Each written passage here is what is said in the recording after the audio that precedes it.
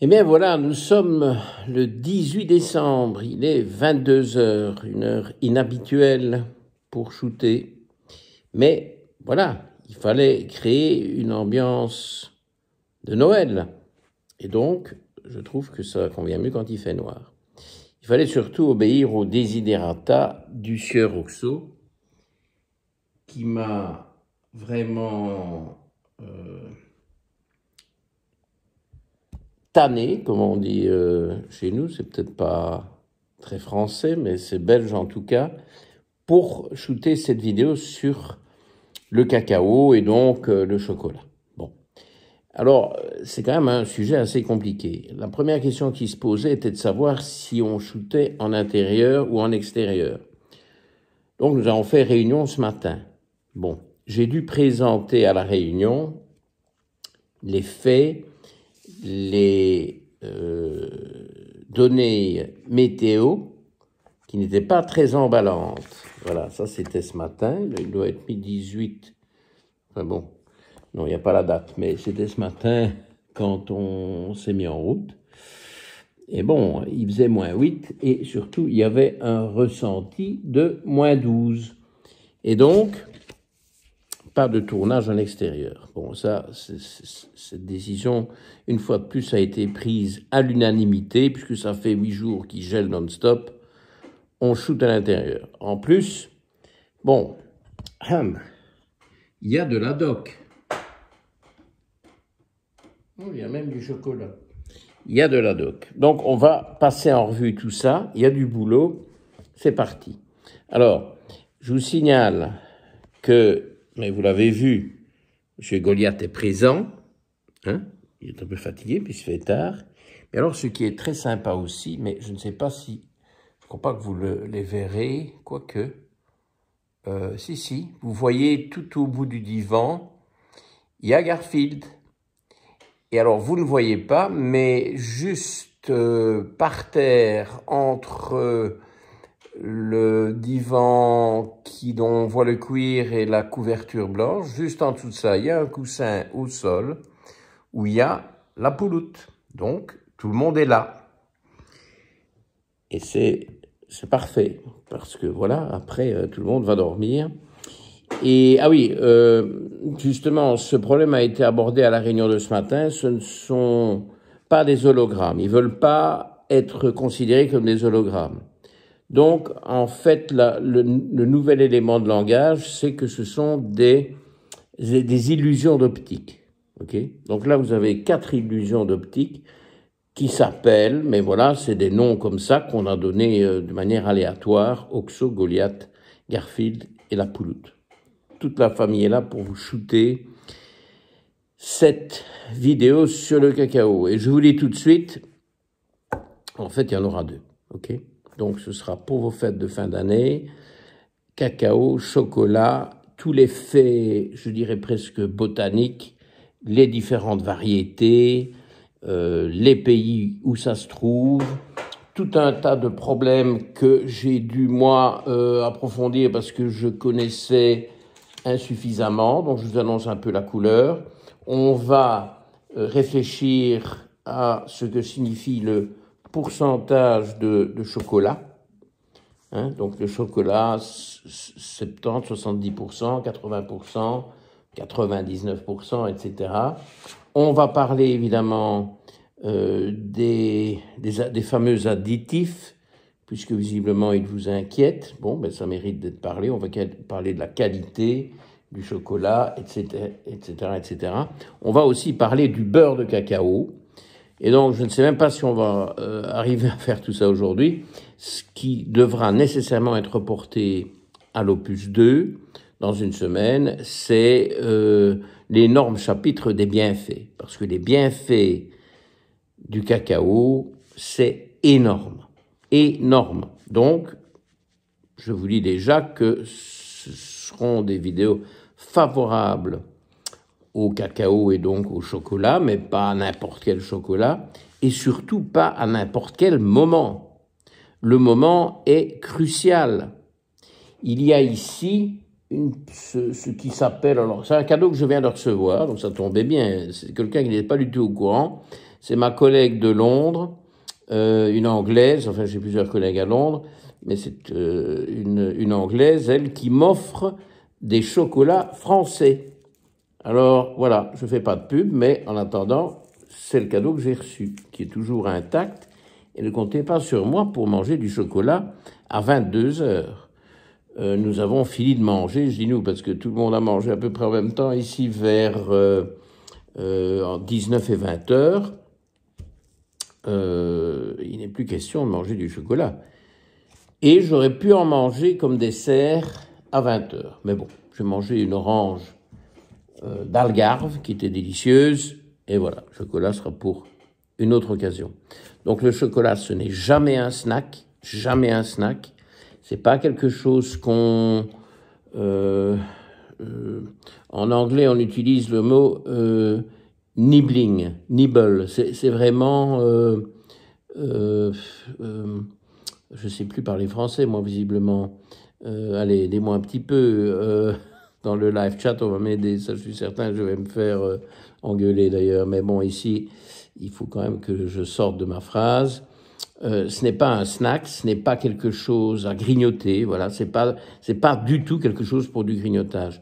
Beaucoup d'entre vous pensent s'en sortir à l'aise parce que ils me disent ah oui mais j'ai pris mais vraiment allez un quart de morceau, donc c'est rien ça docteur Mouton, hein, ça compte pas. Eh ben si, c'est un pic de sucre, c'est un pic d'insuline, surtout pas entre les repas ou avant les repas. C'est un dessert de luxe. C'est un dessert extraordinaire que je recommande. Mais vous comprendrez mieux après les 2 opus, notamment quand vous aurez eu les bienfaits. Mais attention à votre timing, ok?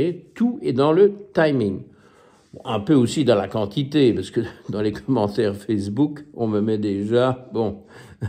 ok, il faut pas que le dessert soit plus copieux que le repas. Hein. Bon, il faut être raisonnable, mais c'est un bon dessert. C'est un dessert que je recommande, pas que je tolère, que je recommande. Bon. Partons du commencement qui est le cacaoyer. Le cacaoyer, son nom latin est Theobroma cacao. Bon, ça vient de Wikipédia, c'est pas savant, mais enfin si, c'est savant, c'est Wikipédia.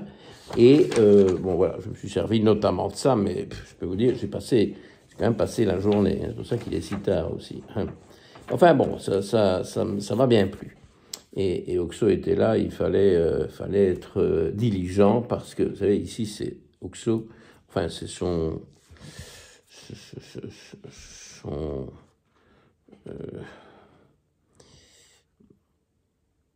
illusion d'optique qui dirige la maison. Alors, le nom de genre, donc c'est Theobroma, qui en dit long, hein, parce que Théo vient du grec théos, Dieu, et broma vient du grec aussi, qui veut dire nourriture. Donc c'est de la nourriture des dieux, le genre du cacaoyer. Ok, ça vous met tout de suite. Mais c'est parti, si vous voulez, c'est un arbre qui a été domestiqué par les Mayas il y a 3000 ans. Ok, donc c'est une domestication ancienne. Enfin, ancienne, voilà, vous savez, toutes ces domestications, aussi bien d'animaux d'ailleurs que de végétaux, se sont multipliées sur les 10-12 derniers milliers d'années.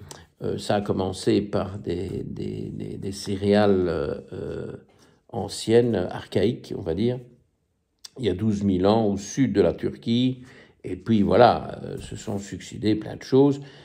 Pas seulement, évidemment, dans le croissant fertile, pas seulement dans les continents de l'ancien monde, hein, mais aussi dans ce qu'on a appelé, évidemment, subjectivement, le Nouveau Monde, parce qu'il a été découvert, comme vous le savez, au XVe siècle, en 1492-92, par qui vous savez. Et au Nouveau Monde, il y a un tas de cultures qui ont été développées, que ce soit, enfin, c'est beaucoup du côté des tubercules évidemment, mais aussi des choses comme les poivrons et notamment le cacaoyer. Et j'en oublie. Mais là n'est pas le sujet. Avançons dans le nom de la plante, parce que Theobroma cacao, cacao vient aussi de l'Aztèque, donc vient aussi de cette partie du monde, de l'Aztèque cacahuatl, et qui en espagnol est devenu cacao, et nous on a gardé le cacao de l'espagnol. Donc c'est un nom qui remonte à 1532 en espagnol, cacao. Alors, ce qui est évidemment typique, c'est que les Anglais, ils disent pas cacao, ils disent cocoa. Mais vous avez compris qu'ils roulent à gauche, hein, bon, et entre autres choses. Bref. Donc, alors, c'est un arbre d'une quinzaine de mètres, mais en culture, on le taille, etc., et on le maintient à environ une hauteur de 6 mètres, qui pousse dans des régions humides, à basse altitude, hein. Au niveau de l'équateur, on peut monter un peu plus haut en altitude, jusqu'à 1000 mètres. Notamment, on en trouve dans le contrefort des Andes, de la cordillère des Andes.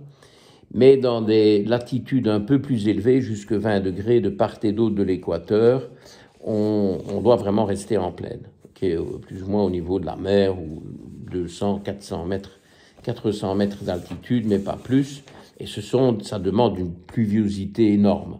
Entre 1 litre, 1500 millilitres à 2500 millilitres d'eau par mètre carré par an. Donc c'est de la pluviosité majeure. Et la température, c'est idéalement 24 degrés et gelu. Voilà, oui, 24 degrés. Bon, en fonction des variétés, ça peut être un peu plus fluctuant. Mais c'est quand même du type 20-25 degrés, okay, pas trop chaud et pas trop frais. En dessous de 10 degrés, terminada, vous perdez tous vos cacaoyers. Ce sont des arbres qui vivent longtemps, de 40 à 100 ans, et qui sont vraiment très particuliers. Ah, j'ai été séduit parce que je ne savais pas ce genre de détails. Alors, il y a énormément de fleurs sur un arbre. Ce sont des petites fleurs qui ne payent pas de mine. Voilà, je vous les montre. Mais ce qui est incroyable, d'ailleurs on le voit sur les photos, hein, ce sont des fleurs qui poussent sur la branche, voire sur le tronc. C'est fou ça, hein, sur le tronc. À certains niveaux, et là il y a ce qu'on appelle des renflements floraux qui donnent des fleurs. Alors c'est des petites fleurs très discrètes qui vivent maximum 2 jours, qui sont ni belles ni attirantes par leur odeur. Ils ont une odeur assez discrète aussi. Et donc, il n'y a pas grand-chose comme insecte. J'ai lu qu'il y avait des moucherons qui fertilisent cette affaire-là. Mais ça, c'est pas très efficace. Et donc, il faut jusqu'à 500 fleurs pour faire un fruit. Bon, ben les fruits, là, vous les avez vus, hein. Ils s'appellent des cabos. En français, on appelle ça des cabos. En anglais, c'est des pods. Mais ici, en français, c'est des cabos. C'est des gros machins, hein, qui peuvent faire jusqu'à 400 grammes, une vingtaine de centimètres de long pour les plus belles. Et alors, évidemment, comme c'est des fruits qui viennent des fleurs, les cabos aussi poussent sur le tronc. C'est incroyable, hein? Regardez ça. Ça pousse sur le tronc. Alors là, vous avez une cabosse en section, donc vous avez toute une pulpe autour, et à l'intérieur, évidemment, vous avez les graines de cacao. Il peut y avoir, alors j'ai des chiffres ici, oui, donc un arbre va donner jusqu'à 150 cabosses par an qui permettront de récolter jusqu'à 6 kilos de cacao par arbre. Mais bon, ça c'est quand ça se passe bien, il y a quand même beaucoup de prédateurs, beaucoup d'attaques d'insectes, de virus et surtout beaucoup de maladies fongiques, donc c'est une culture délicate, hein. Ce sont des arbres délicats. Et en fonction des variétés, il y en a qui sont encore plus délicats, on y vient tout de suite. c'est sur l'arbre, ça s'appelle des coussinets floraux. J'ai dit des renflements floraux. Bon, ouais, je connais pas encore trop bien mon sujet, visiblement. Ce sont des coussinets floraux.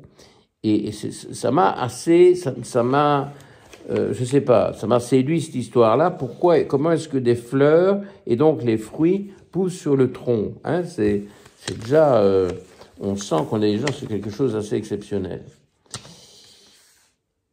Ah oui, grossissent sur les branches maîtresses, mais aussi directement sur le tronc de l'arbre. Alors là, voilà encore une belle photo, hein, des cabosses. Bon, alors, oui, quand les arbres sont jeunes, ils sont donc très fragiles.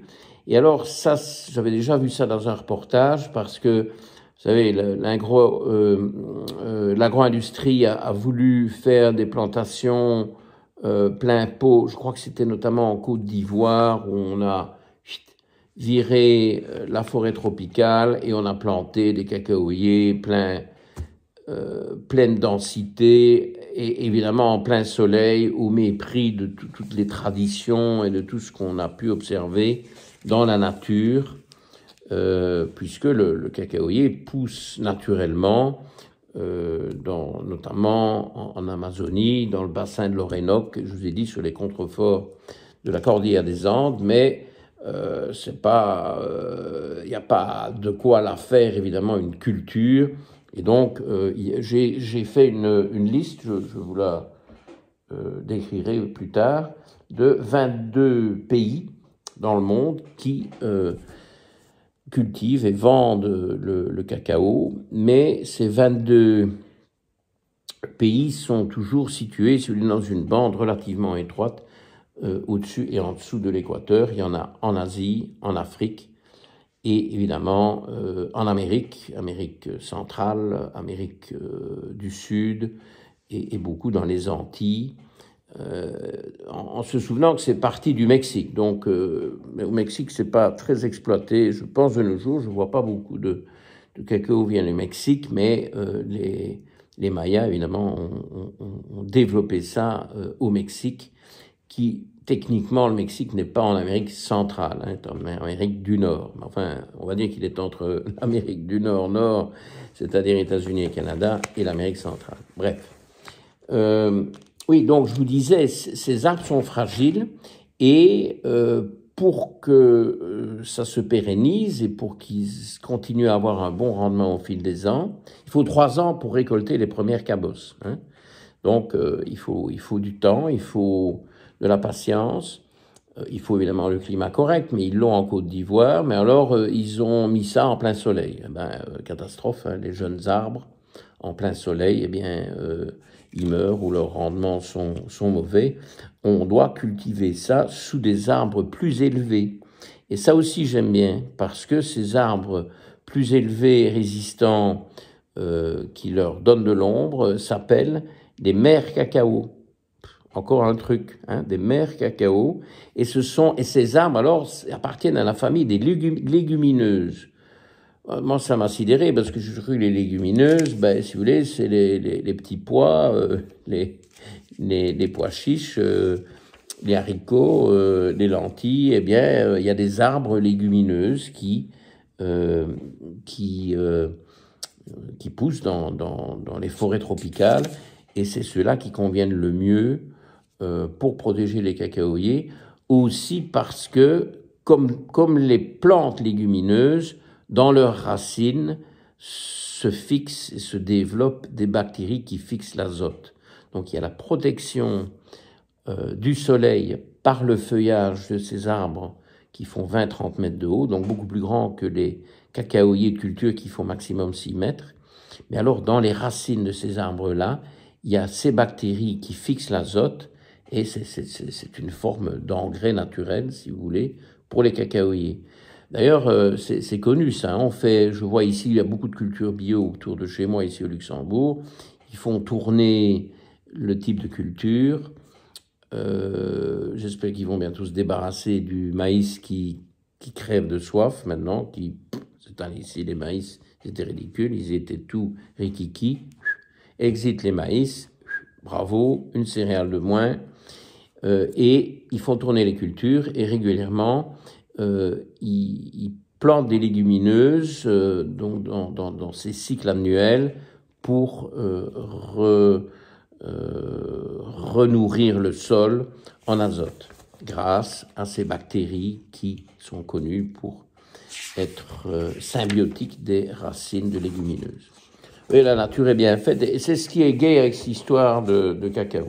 Bon, alors venons-en aux choses sérieuses. Je vous montre 3 types de cabosses qui correspondent aux 3 grandes variétés de cacaoyers.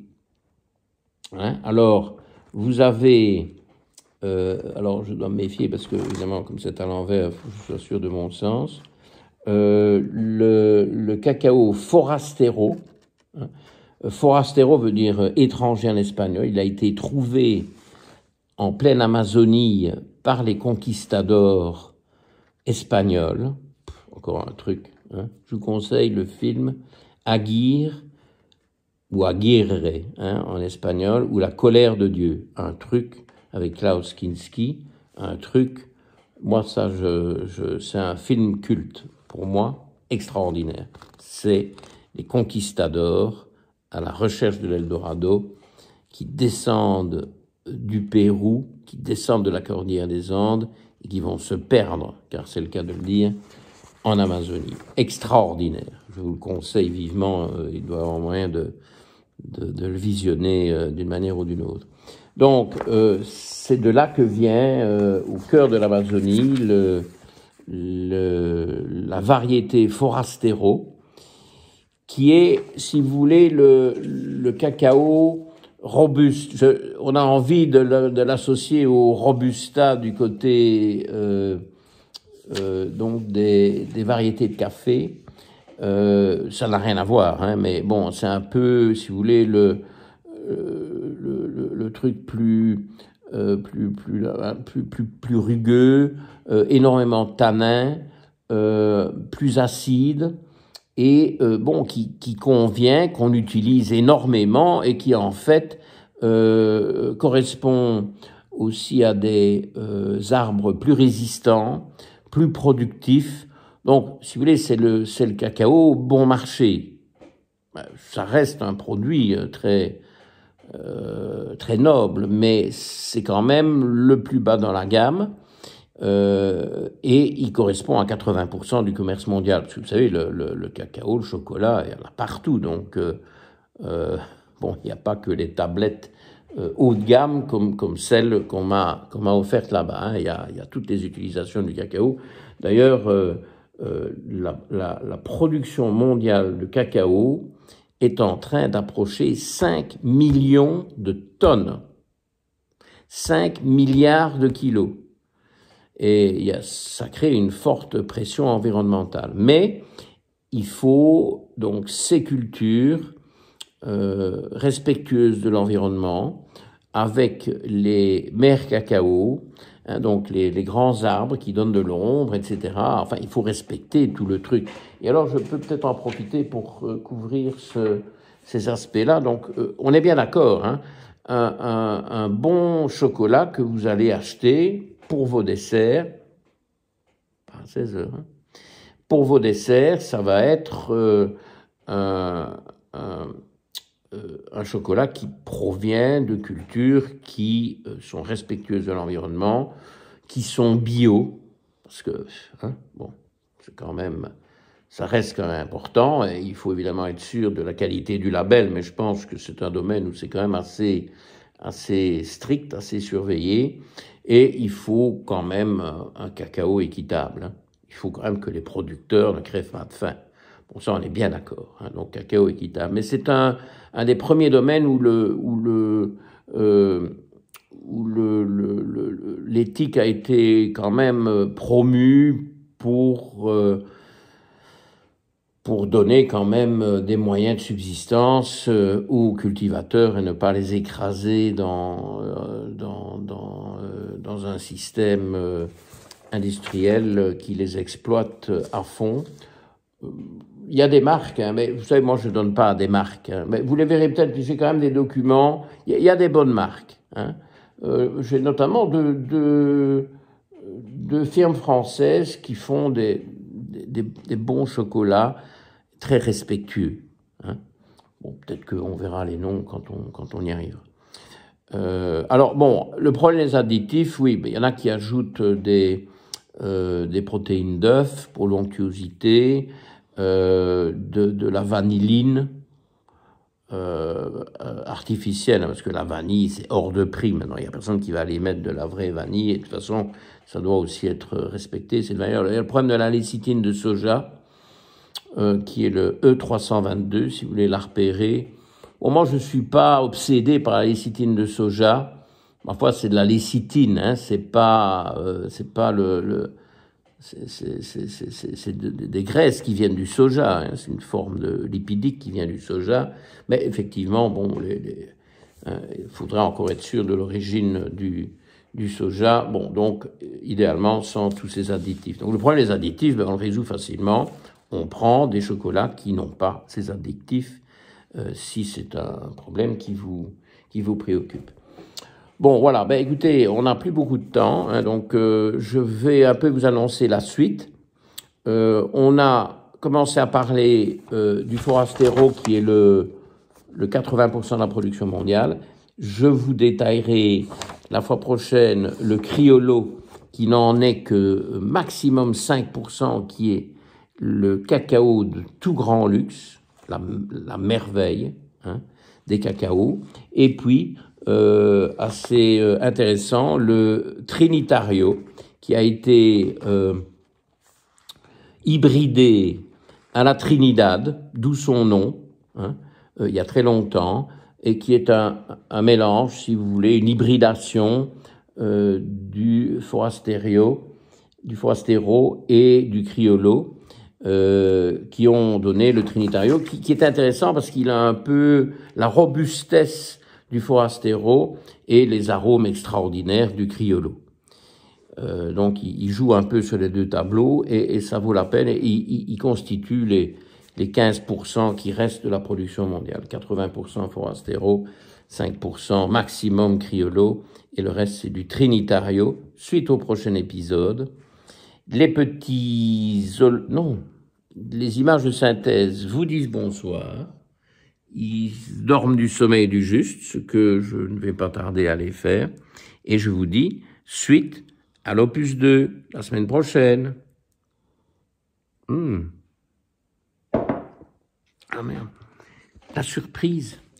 J'oubliais la surprise, mais j'oubliais vraiment. Bon, il y a une surprise, ok. Alors, pour que ce soit une surprise, je vous montre Oxo. Parce que sinon, ce ne sera pas une surprise. Hein? Alors,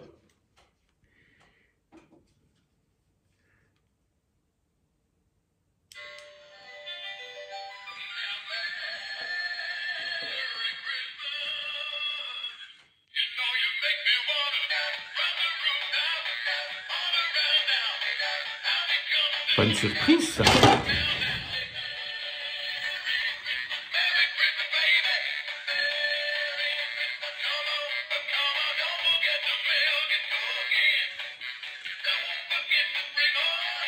Ça n'a pas plu à Oxo, hein. Joyeux Noël.